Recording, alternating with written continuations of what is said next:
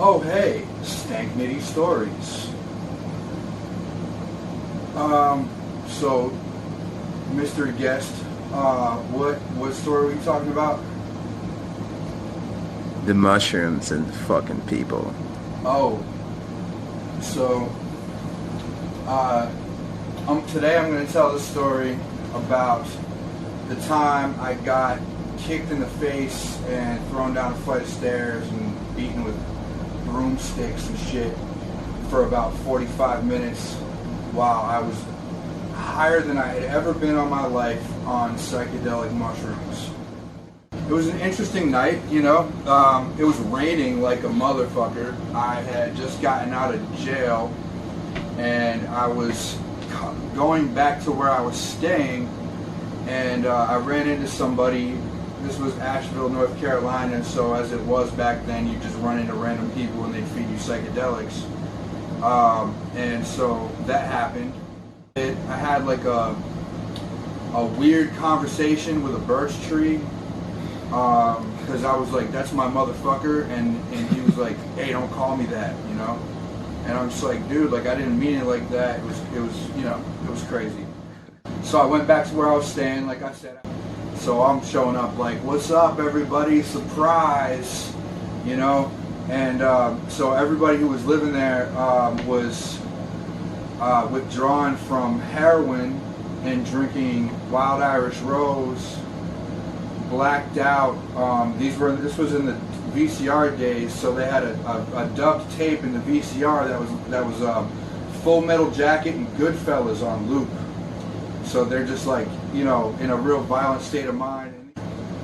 I show up and they don't know who I am. They're actually calling me Dave, and they beat the living fucking shit out of me for like about 45 minutes. At one point, I was beaten with a stuffed animal that they had dunked in a pissy toilet. Let's see, kicked in the face like so many fucking times, like 100 times or something. I got thrown down a 2-story flight of stairs and then dragged back up the stairs, beaten with broomsticks. So yeah, there's more blood on the walls than there is white paint, and it's all mine. Then I hear, you're gonna clean up all this blood or we're gonna fucking murder you right now. So I was like, oh shit, I better get out of there. Turned on my instinct, and I somehow slipped away when they were distracted, and I kind of just like hobbled my way to a hotel and kind of just laid on the floor, and the guy was like, you want me to call an ambulance? And I figured like all the blood would let him know that he should. And he did. So then the cops showed up and like made fun of me for like 10 minutes, you know what I mean?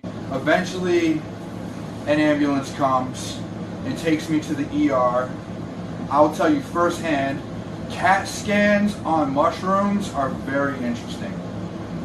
You should try it. You shouldn't try all that other shit, but you should try the CAT scan.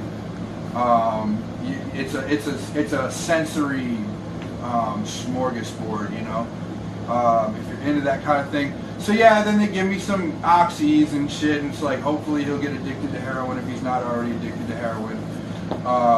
That's, you know, hospitals for you, and which I threw away.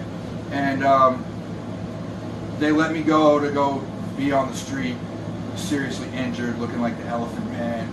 No way to lay down, nothing like that. Next day comes around, I'm walking down the street, and I see these guys, and they pull up in their car.